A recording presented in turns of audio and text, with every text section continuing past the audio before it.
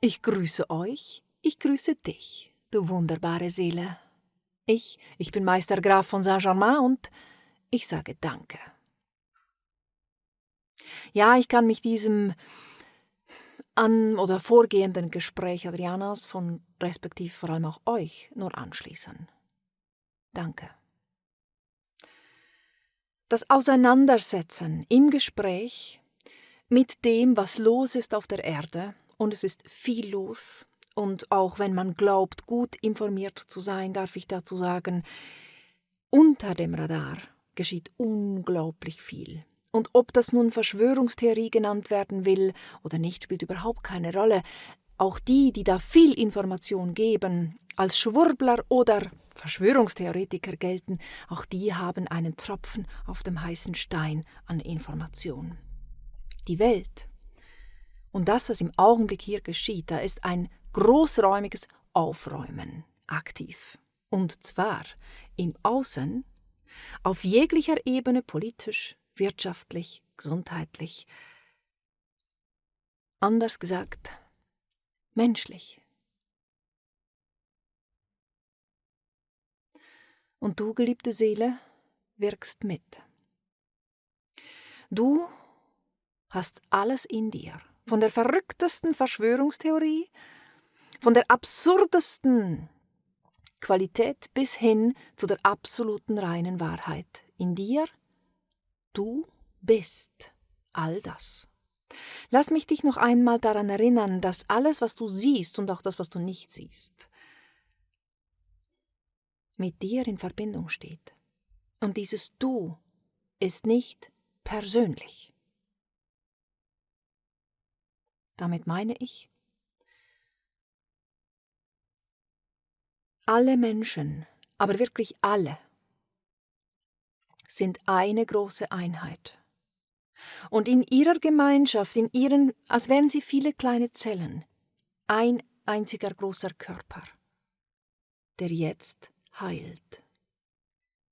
Der uralte Wunden, die wirklich entzündet sind, die jetzt aufbrechen, um gepflegt, gewaschen, gereinigt und geheilt werden zu können.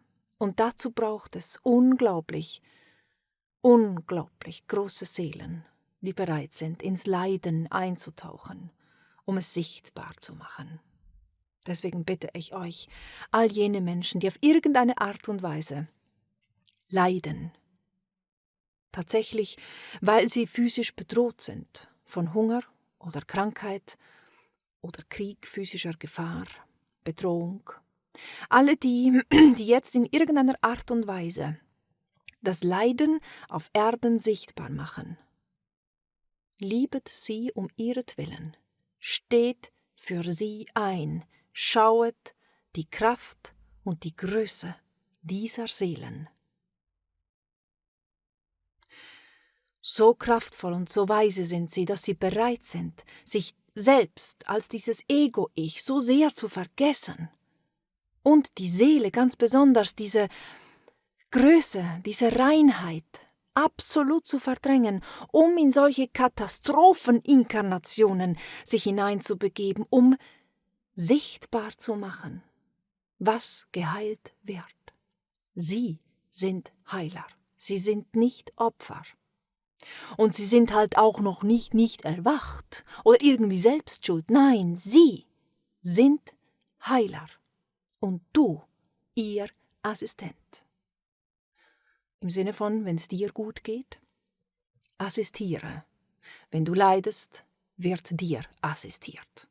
Deswegen ist so wichtig, dass du gut zu dir und für dich schaust. Setze dich für dich und dein Wohlgefühl ein, ganz egal, was das bedeutet. Manchmal musst du Ohren, Augen und Mund zumachen, wie die 3 Affen, um in den inneren Frieden eintauchen zu können. Und manchmal wirst du deine Wahrheit hinausschreien müssen, weil du glaubst, sonst zu verplatzen. Alles darf sein. Wenn aber etwas geschieht. Sprich, wenn du etwas tust, das du spürst, regt jetzt zu viele andere auf. Ihr würdet so ganz plump sagen, einen Fehler gemacht hast. Korrigiere. Übernimm Eigenverantwortung. Setz dich hin mit deinen Gefühlen, setz dich hin mit deinem Körper, setz dich hin mit deinen Gedanken. Bitte, fühle, sei da, sei präsent. Und wenn mal eben, wie gesagt, etwas geschieht, wo du spürst, das ging jetzt mit mir durch, ich habe anderen die Leviten gelesen, obwohl ich das vielleicht gar nicht wollte, oder ich habe zu kritisch oder zu aggressiv kommuniziert, das kann jedem einfach mal passieren, denn es ist so viel los. Und es wird noch besser. Dann geht in die Heilung. Geht in die Selbstheilung, vergebt euch selbst. Nehmt die Situation noch einmal auf und heilt sie. Doch vor allem und immer wieder, schöpft Frieden. Sprecht friedvoll. Denkt friedvoll. Meditiert friedvoll, nicht für den Frieden, einfach friedvoll atmen. Heißt, schöpft Frieden.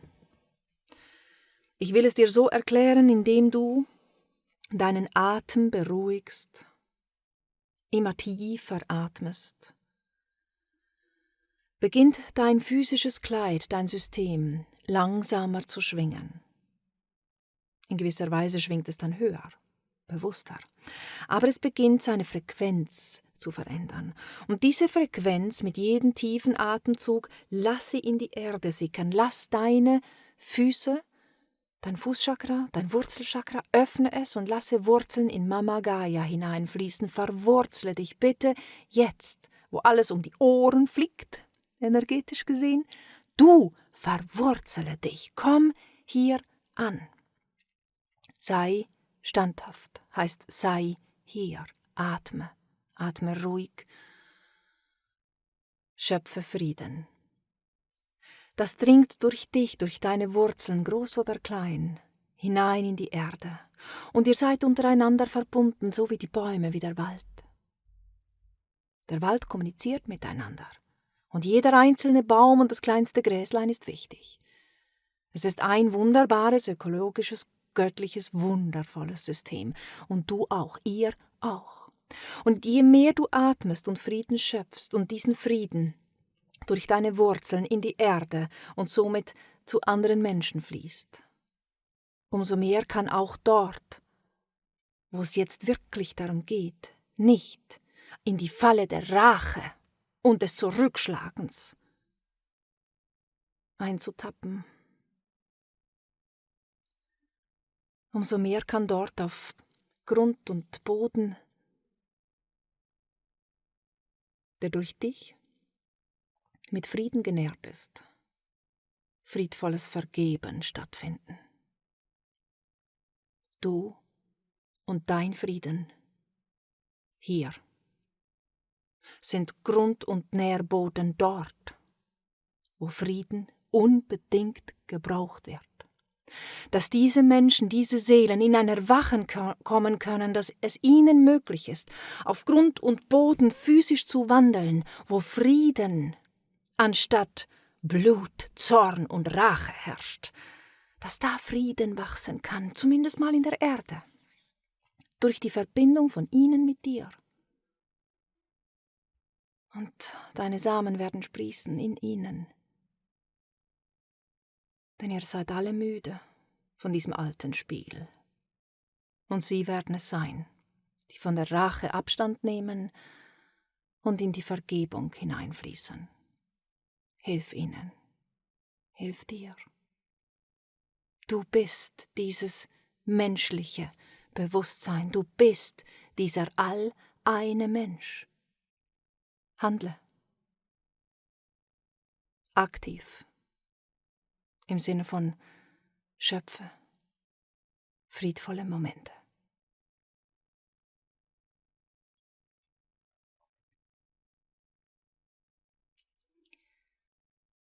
Dein Verstand hat so viele Fragen. Die Welt wirft immer wieder viele Fragen auf. Und inwiefern ist es wichtig, mit dem, was im Außen an Fragen da ist oder entsteht in dir, persönlicher Natur oder eben im Umgang, wie viel ist da ehrlich, wie viel ist da richtig, wie viel muss ich mich informieren? Wo ist die Grenze zwischen dem, was ich muss, und wo sollte ich mich schützen? Wo ist Rückzug? Vielleicht sogar Ignoranz, wie ihr das vielleicht nennt, angesagt. Ignoranz ist nie hilfreich. Es ist schlicht und einfach Ablehnung. Und Ablehnung wird weitere Ablehnung fördern. Deswegen schließ Frieden. Heißt, schließ Frieden mit deinem Gefühl. Dann, wenn du spürst, boah, ich bin müde, ich habe das will ich alles nicht. Ist okay. Genau dieses Gefühl soll von dir in diesem Augenblick angenommen werden. Dann produzierst du nicht Ablehnung, sondern Frieden, Befürwortung, gibst Raum. Es wird immer welche unter euch geben, die sind bestens informiert, auf allen Ebenen. Und es wird immer welche geben, die diese Informationen erst im allerletzten Moment mitbekommen. All das ist in Ordnung. Die Grenze gilt da, wo deine Emotionen beginnen. Wenn also keine Information, wirklich absolut strikt keine Information, das Einzige ist, was dich einigermaßen friedvoll sein lässt, dann ist das dein Weg. Wenn es dich aber beruhigt, zu wissen, was da ungefähr gespielt wird, auf diesem Schachbrett des Mensch, ärgere dich kann man wohl gerade nicht mehr sagen, nicht? Wenn dich das beruhigt und das zu einer guten Empfindung in dir führt, ist das dein Weg. Wenn du alles wissen musst und ständig lesen willst und über alles ständig immer informiert sein willst, weil das gut tut, aber prüfe sehr genau, wem was gut tut. Also wem in dir tut das alles Wissen gut und wem in dir tut das gar nichts wissen wollen gut. Und wie viel davon bist du? Heißt, fühle, atme und vertrau dir. Sobald es emotional wird in dir, bist du aufgerufen zu heilen. Es heißt nicht unbedingt dann einfach Fernseh abschalten oder Newspaper weglegen. Heißt dann unbedingt wirklich dann, wenn es etwas in dir antriggert, das ist jetzt dein Auftrag.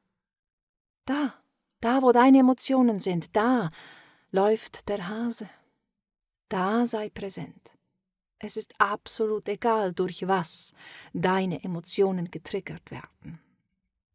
Gut ist, dass sie getriggert werden, denn dann bist du mitten in deinem Auftrag zu heilen, zu assistieren, denen, die im Leid sind, und aktiv selbst zu heilen, da wo du im Leid bist, denn Emotionen sind pures Gift. Ihr erinnert euch. Und sich über etwas zu ärgern, ist wirklich ähnlich dem selbst Gift schlucken und hoffen, es passiert jemand anderem was. Erinnert euch. Also, das, was da jetzt geschieht auf Erden, ist eine höchst intensive Reinigung.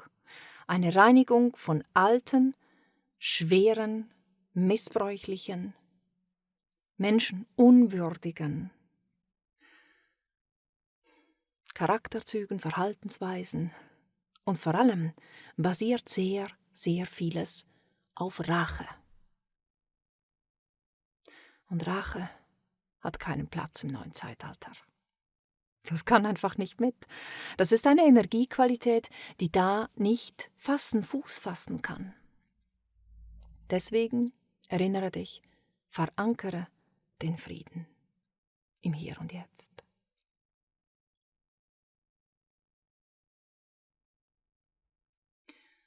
Dann lasst es uns tun, dieses aktive Frieden schöpfen. Lasst uns bewusst und tief atmen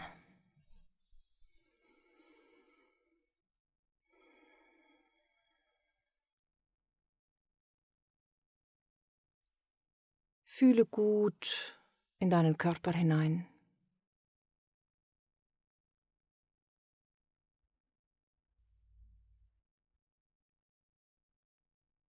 Folge mit deinem Bewusstsein deinem Atem in dich hinein.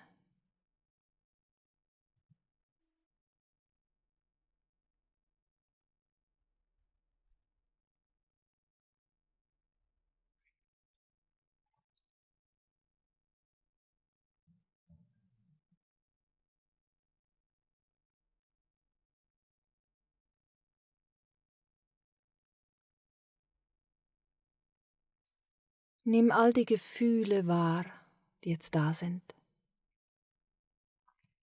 Und die dazugehörigen Gedanken.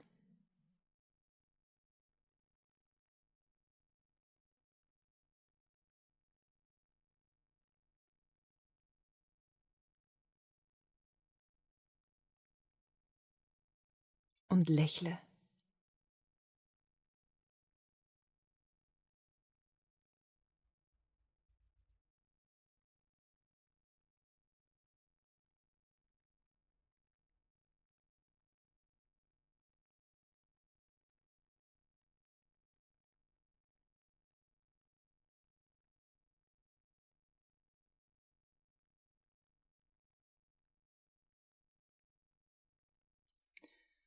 Fühle deine Lichtgestalt.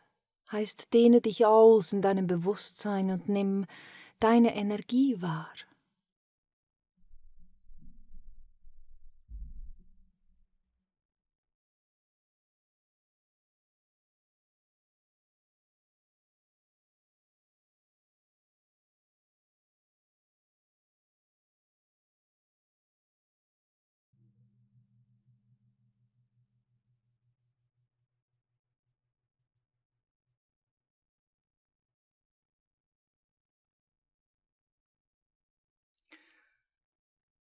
Und lasse diese Lichtgestalt sich jetzt tief mit der Erde verwurzeln. Mit jedem Atemzug, beim Einatmen werden deine Wurzeln kraftvoll genährt und beim Ausatmen wachsen sie.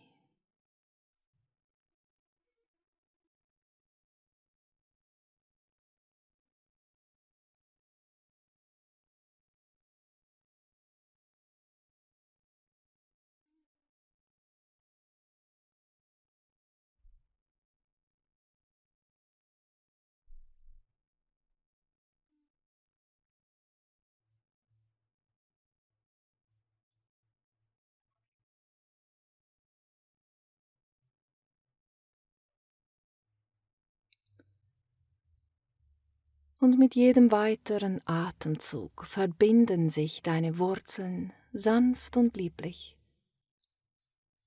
mit all den anderen Lichthaltern dieser Welt, die jetzt ebenfalls meditieren und atmen.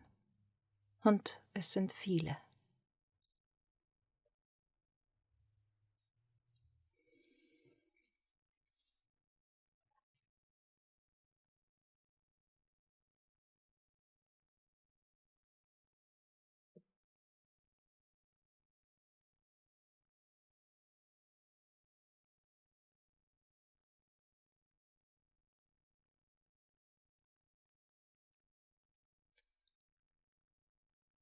Und mit deinen nächsten Atemzügen gehen wir noch tiefer in dich hinein. Den Lärm vom Außen, die Schreie und Rufe, die Informationsflut, die eigenen Emotionen dazu und Gedanken. Es ist, als ob es immer weiter entfernt von dir wäre und du in eine tiefe innere Ruhe kommst.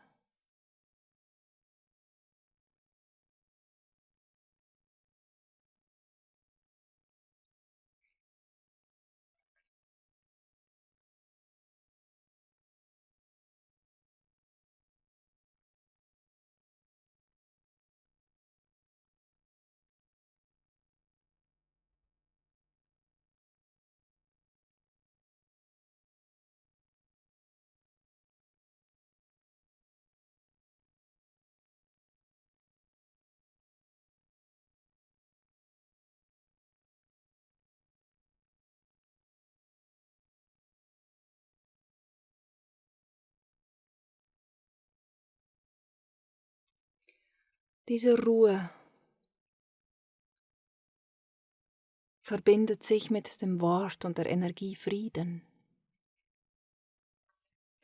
und fließt durch dich hinein in die Erde.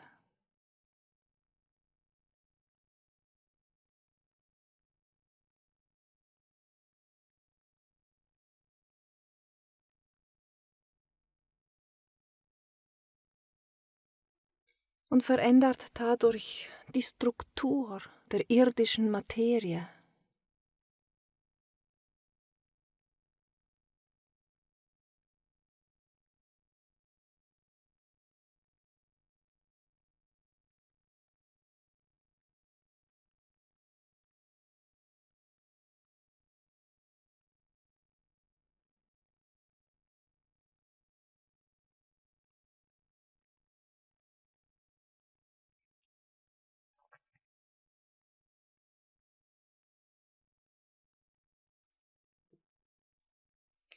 Und es ist, als ob sich die ganze Welt, die ganze Erde, jetzt einfach einen Augenblick in deiner liebenden Umarmung erholen könnte.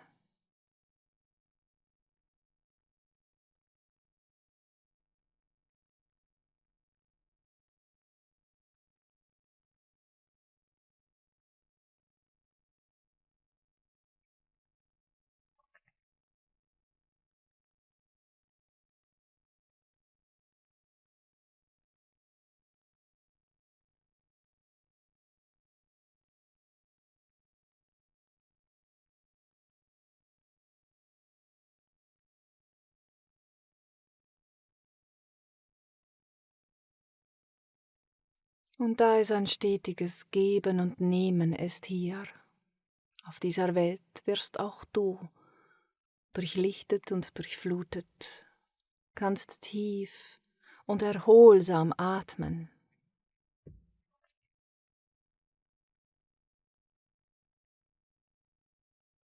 Und wirst genährt und gestärkt.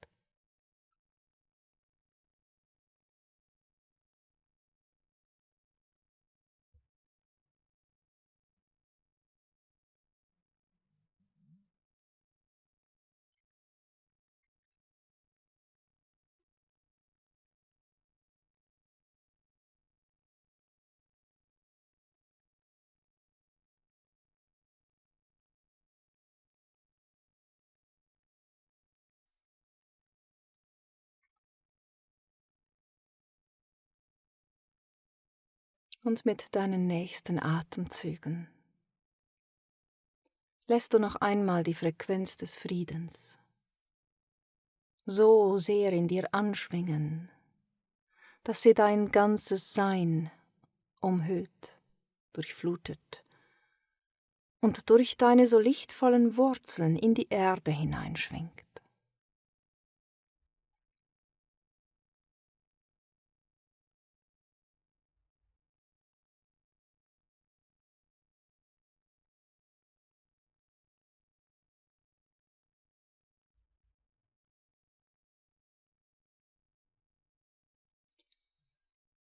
Grund und Boden des Schauspiels dieser Erde wird gereinigt, geheilt, jetzt durch dich.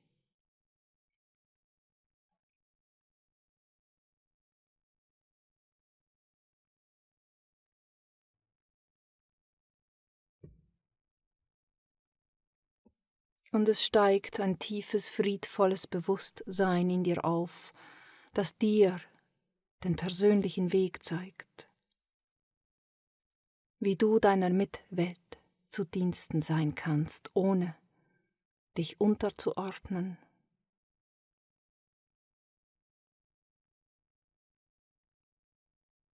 oder ohne zu wenig zu leisten. Es wird dir jetzt klar, was dein Weg ist.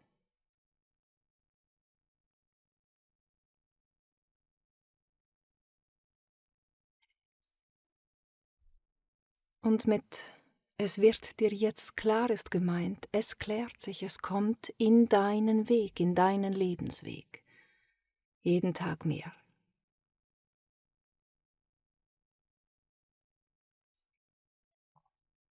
Und all die Fragen, die dein Menschenverstand jetzt noch in sich trägt, deren Antworten, sie sind vor deinen Füßen niedergelegt, du wirst sie erkennen. Denn du bist wach.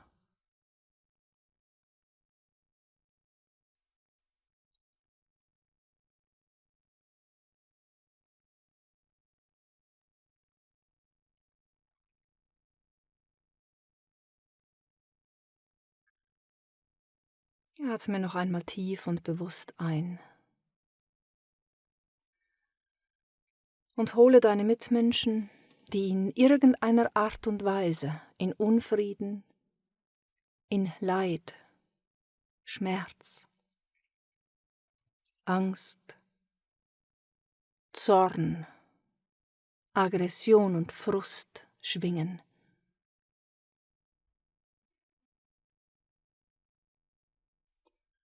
Nimm sie wahr und begegne ihnen friedvoll. Lass deine Schwingung von dir zu ihnen fließen, hole sie aber zuerst zu dir, weil du an sie denkst.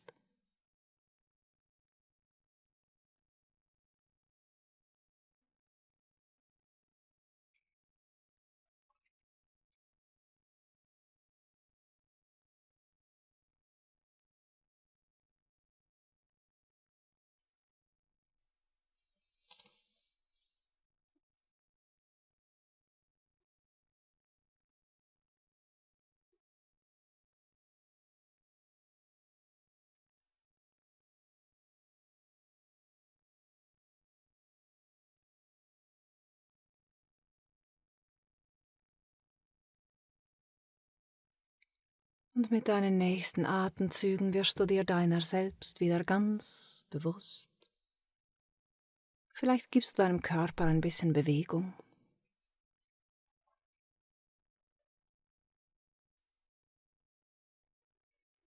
Löse dich vom Außen, den Begegnungen, doch bleib im Bewusstsein auch in deiner Lichtgestalt. Doch sei ganz hier und wenn du soweit bist, öffne deine Augen.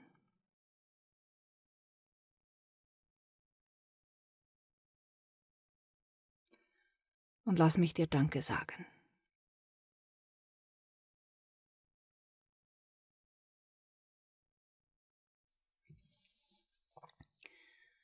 Ich werde mich sehr bemühen, die heute aufgeschobenen persönlichen Fragen dir in deinem Alltag zu beantworten.